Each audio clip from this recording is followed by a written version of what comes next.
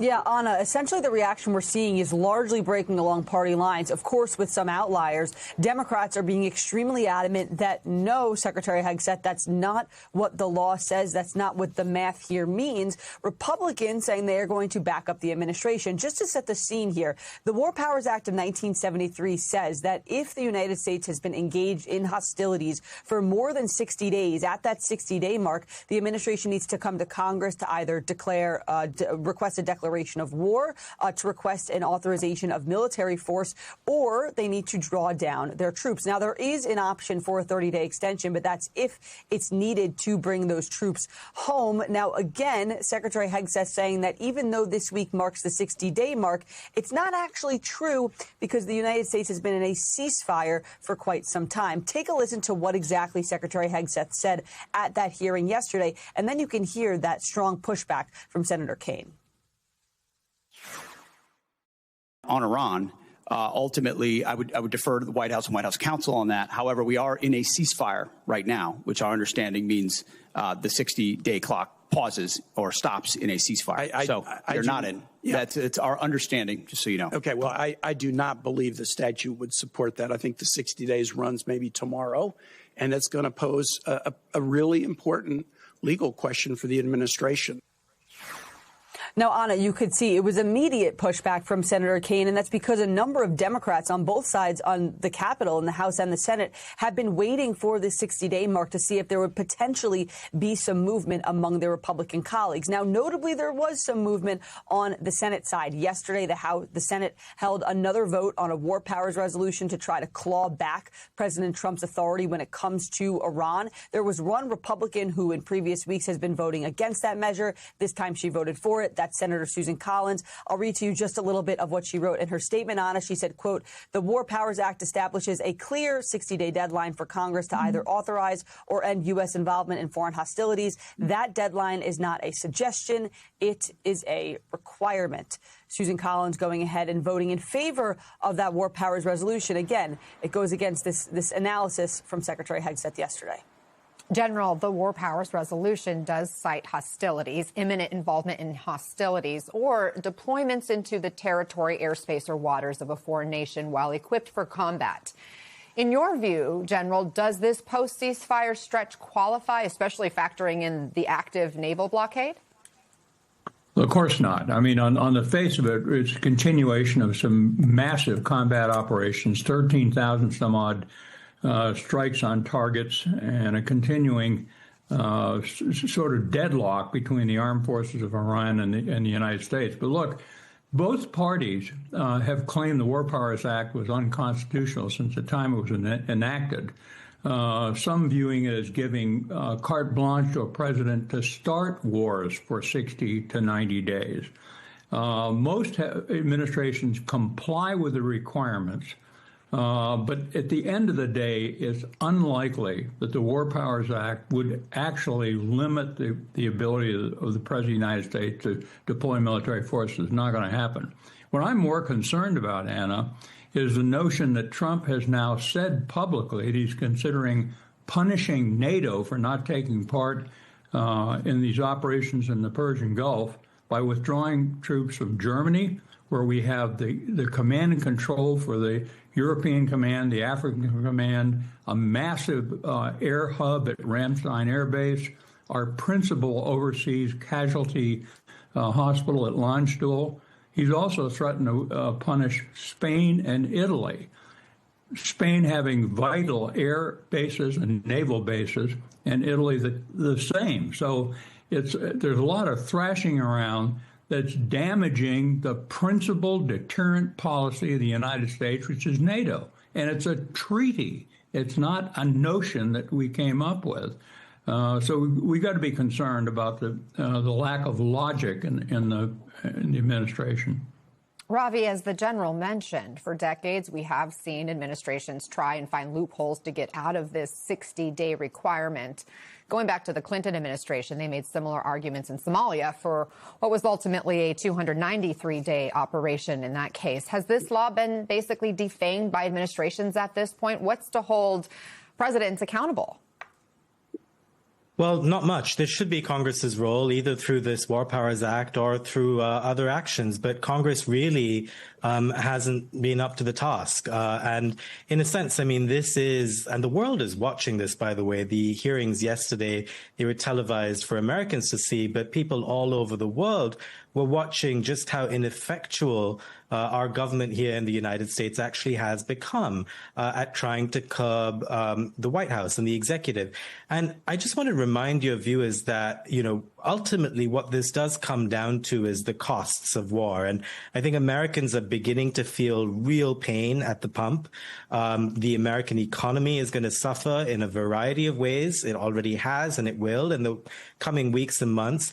But for the rest of the world, which is watching this war, a war that it never asked for, a war that it did not think was necessary, a war that it has not seen as justified either by the international community or by the American Congress. And it is a war that the rest of the world is suffering from disproportionately, far more than Americans are. I'll remind your viewers again, America is an energy superpower, the world's biggest crude producer, the world's biggest natural gas producer. It has tailwinds in the form of AI dominance and a stock market that is booming. And all of those things are creating a fake sense of normalcy, a fake sense that things are going okay. They are really not for the world, not for America in the longer term. And we're just beginning to see signs of that. And I think a lot of Americans are telling, at least our reporters in the field, that they are feeling the pain from this war. Certainly, it could be even worse, as you point out. Inzamam, you've been working your sources in the region. What can you tell us about the updated Iranian proposal and its prospects?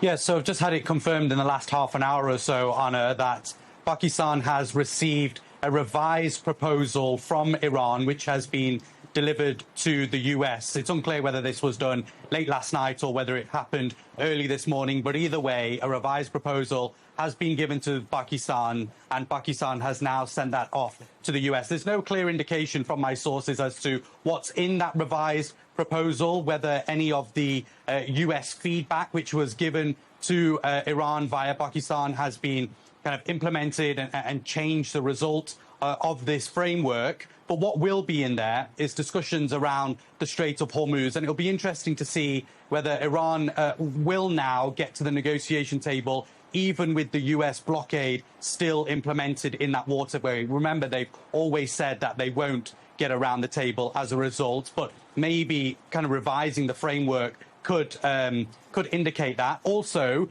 will there be any talk about Iran's nuclear program inside this proposal as well? Remember, it wasn't in the last one. Iran said that they wanted to essentially separate that from negotiation talks and have discussions around its nuclear program later down the line. But after visiting President Putin in Russia and after President Trump's 90-minute conversation with President Putin as well, maybe Iran has put something in this framework around Russia potentially taking some of that enriched uranium, and also there'll be the conversation in there around unfreezing sanctions. I think this is important, though, Anna, getting this proposal forward, because it shows that there's a willingness from both sides, from the US, that they've responded and given their response on what they want to see Iran do, but also Iran proactively then sending a proposal back. And I think that's a good sign, because despite President Trump's meeting that he had yesterday with officials about where he could potentially attack in Iran, what targets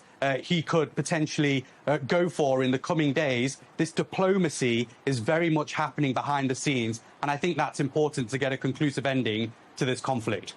And Michael, there doesn't appear to be huge pressure coming from Republican lawmakers to make sure that the White House ends this conflict.